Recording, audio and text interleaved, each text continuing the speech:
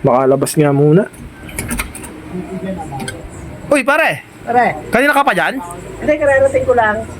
O anong sa atin? May sadya ka ba? Pero di, balita ko kasi nakaluto ka ng pansit eh. Pare, nagluto nga ako eh. Medyo sinuwerte. Dumating na yung sahod sa tupad. Aba, big time ah. Oo, pare. Sana ako napunta pare, para sa mga inaanak mo eh. Sige, pre. Walang problema. Kuha ka lang ng lalagyan sa inyo, pre. Lalagyan? Oo, lalagyan. Oh, sige. Teka, pre. Kuha ka muna ng lalagyan. Ha? Lalagyan. Lalagyan? Hindi, pare, may dala ko. Ito oh. Parsi ka ng pare. Ang laki naman ng dala mo lalagyan. Mas malaki pa yan kaysa doon sa pinaglutuan ko. Ayaw mo ba pare? Pare, hindi sa ayaw ko. Ayaw mo? Sabi ko, kumuha ka lalagyan ng mas maliit pa dyan, pare. Mas malaki pa yan eh. Ito nga, lalagyan ka pare. Wala na kasi akong maliit na lalagyan pre. Ito na lang. Hingi lang ako para sa may inaanak ko. Gutom na kasi. Oo nga, pare. Bibigyan niya kita, pare. Liitan mo naman lalagyan mo, pare. Wala sa amin matitira. Pag yan, anong kinuha mong lalagyan. Pare, wala na kasi ako available na maliit eh. Kung malalaki na, ito. Ay, ibig sabihin, pre, na pinakamaliit sa niya. Oh, ito na. Kaya wala ako pare. Teka, pre. Mamaya, pre. Pare, Pre, wala pang Ata magbigay. Hindi, pre. Gusto ko magbigay. Wala pang kasi nakakakain. Sabihin mo lang pare, kung ayaw mo magbigay. Hindi, pre. Pare, papasok na eh. Hindi, pre. Gusto ko magbigay. Oo. Sabi ko lang, liitan mo naman lalagyan mo. Pare, ito na nga ang pinakamaliit na lalagyan ko. Gutom na yung mga inaanak mo eh. Pre. Kahit mga kalahati na lang pare.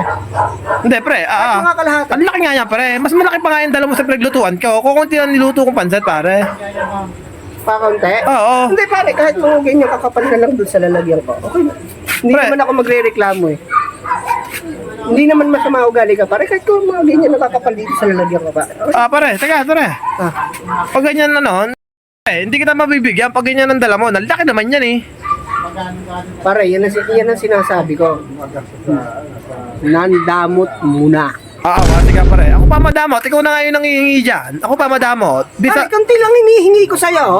Hindi mo pa ako binigyan. Pare, Kanti lang pare. bibigyan kita, liitan mo. Pag ganyan kalaki hindi kita mabibigyan, pare. Pare, napakasama mo na. Kumu- Napakasama na ng ugali mo. Ako pa masama. Wala ka, pare. Anong masama daw, pare? Ano ng ugali mo? Pare, manghihingi lang ako ng konti panset. Hindi mo pa ako binigyan. Bibigyan? Hindi Wa- mo bibigyan? Wala ka, Sabi pare. mo na, pare. Ikaw pa galit. Ikaw na ngayon ang Sabi hihingi mo na. dyan. Ano? Ikaw pa galit. Ikaw na yun ang hihingi. Natural, pare. Magkumpare tayo eh. Wala ka manghihingi ka. Manghihingi ka, Galit. bibigyan mo. Pare, ang kapal naman ang Sabihin mo mukha mo, lang, pre. sabihin mo Lagi lang, kang galit. bigay pa. Ikaw wala akong sinasabing ayaw ka, pare. Oh. Ang sinasabi ko lang, liitan mo yung lalagyan mo. Pare, ito naman yung pinamalit eh. Sabihin mo lang. Kung ayaw mo magbigay. Wala akong sinasabi na ayaw ko magbigay. Sabi ko lang, liitan mo yung lalagyan mo. Na may lalagyan mo eh. Paano kita mabibigyan yan? Mas malaki pa yung dala mo sa pinaglutuan ko eh. Wala tayong magagawa, pare. Sabihin mo kung ayaw mo magbigay.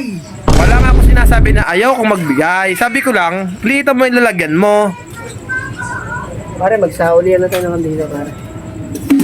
Eh pare, wala siya. Ikaw pa galit. Ikaw na bibigyan eh. Sabi ko, liitan mo na lalagyan mo eh. Ang laki eh.